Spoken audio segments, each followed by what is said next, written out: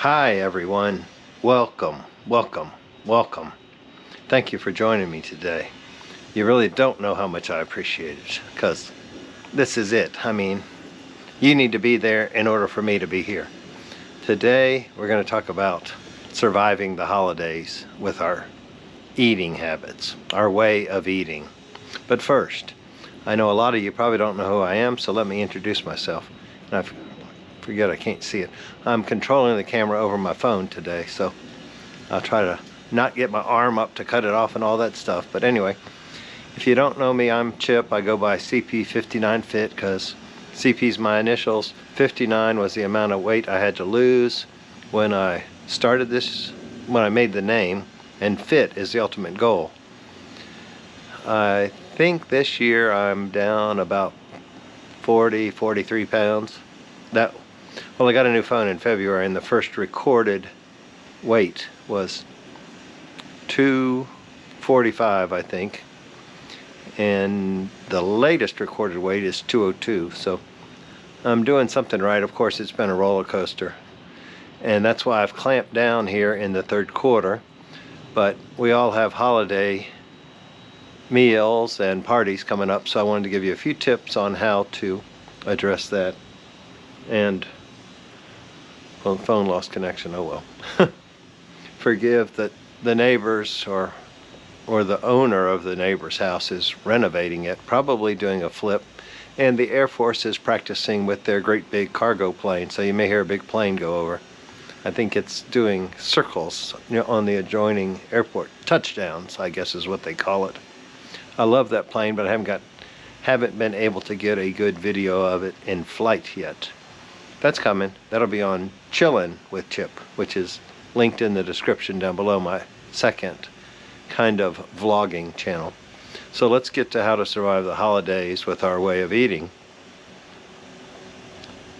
And we need to remember, we need to make it a holiday, D-A-Y, not a holla week or a holla month. So first off, don't be too strict. It is the holidays, and if Grandma or Cousin Sally or Mama or you make a special meal, a special treat, only one day a year, it's okay to eat that. Yes, it's not going to perfectly fit into your plan, but as you may have noticed, I haven't changed the focus of this channel, but I've changed the title to show it life coach, health coach, versus just unconventional healthy living strategies, which I've always thought of as the carnivore way of eating. I am still carnivore. Most of you watching are probably at least animal based, with maybe some keto style or paleo I think is how you say it.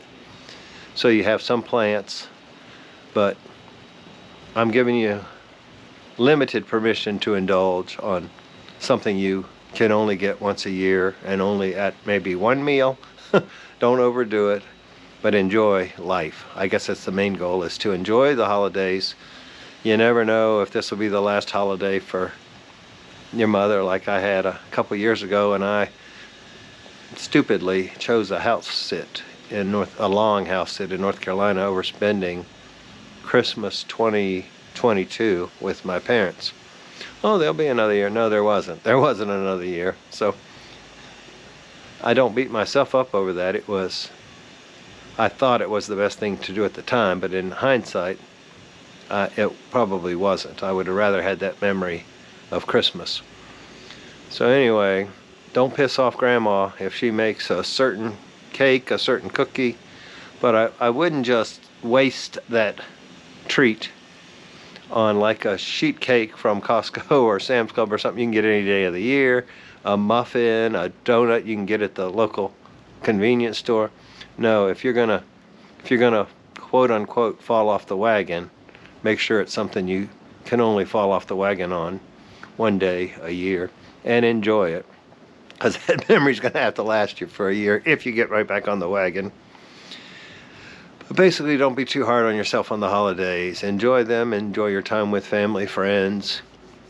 Oh, I want to also talk about if you're going to holiday parties or gatherings that are going to have finger foods, or even a meal if you're going out to dinner. This trick applies to anything where you're going out to eat or going somewhere else to eat where you can't control necessarily what you'll be eating, but you want to kind of try to stay on target. You don't have to go hungry, okay? Going hungry is probably the worst thing you can do, because then you'll either be living at the guacamole bowl thinking, oh, well, this is on my way of eating, I can eat all the guacamole, and then you're just shoveling it in like a steam shovel. But if you go not so hungry, and there's two trains of thought on this. Some of the doctors I watch say to prioritize protein. Some of them say add extra fat. And I think that depends on who you are and how old you are and your eating habits and your metabolism and stuff like that I can't address individually on a channel like this. But what appears to be the case is that in general, women respond better to eating more fat. It helps fill them up more and causes satiety, which means, excuse me, I got the hiccups or the burps or something. Hopefully it won't be a big burp on the camera. It causes satiety, which means you'll eat less as you go forward. Men probably concentrate on protein, but either sex can concentrate on either. The main thing is to eat something along your way of eating before you go out to the office party, the office get-together. If you don't know what food's going to be there and you're not sure you're going to have something you wish to eat, to try to stay on your plane. So snacks or even small meals ahead of time are a good idea. You know, if you're going for higher fat, which even has protein, is cheese, hard cheese, you know, not like the sliced American that's wrapped up in a piece of plastic. Cheddar, we say Gouda here, but they say Gouda in Holland.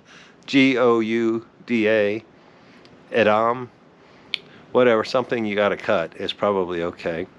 How about a few pieces of lunch meat, piece of fried chicken? Even an all-beef hot dog would probably be better than Christmas cookies if you're trying to stay on your way of eating. So whatever you like, whatever works for you, whichever takes that bite of hunger off, eat that before you go.